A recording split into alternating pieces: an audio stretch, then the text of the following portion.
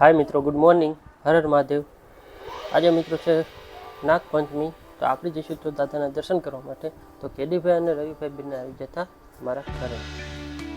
તો મિત્રો હવે અમે જઈ રહ્યા છીએ ચરમળી દાદાના દર્શન કરવા માટે.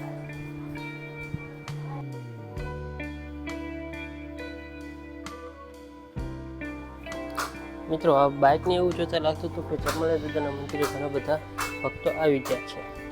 હવે અમે પહોંચી ગયા છીએ ચરમળી દાદાના મંદિરે. તો હવે આપણે પહેલાં કરી લઈશું દાદાના દર્શન.